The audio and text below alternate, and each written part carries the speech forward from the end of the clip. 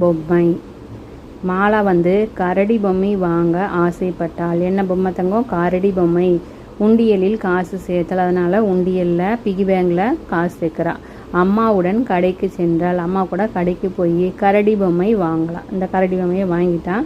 ஆனால் மாலாவின் முகத்தில் மகிழ்ச்சி இல்லை. என்ன காரணமாக இருக்கும்? மணி பொம்மை கடைக்கு போகிறாங்க. அம்மா பொம்மை வாங்கலாமா அப்படிங்கிறாங்க. நீயே பணம் சேமித்து வாங்குவதில் தான் மகிழ்ச்சின்னு அம்மா சொல்லிடுறாங்க. ஓ, புது பொம்மை அழகாக இருக்குது அப்படிங்கிறாங்க. ஆமாம், எனக்கும் பிடித்திருக்குது அப்படிங்கிறாங்க அம்மா.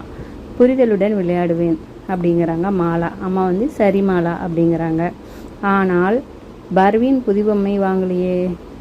என் புது பொம்மையை பார்த்தால் என்ன நினைப்பாள்?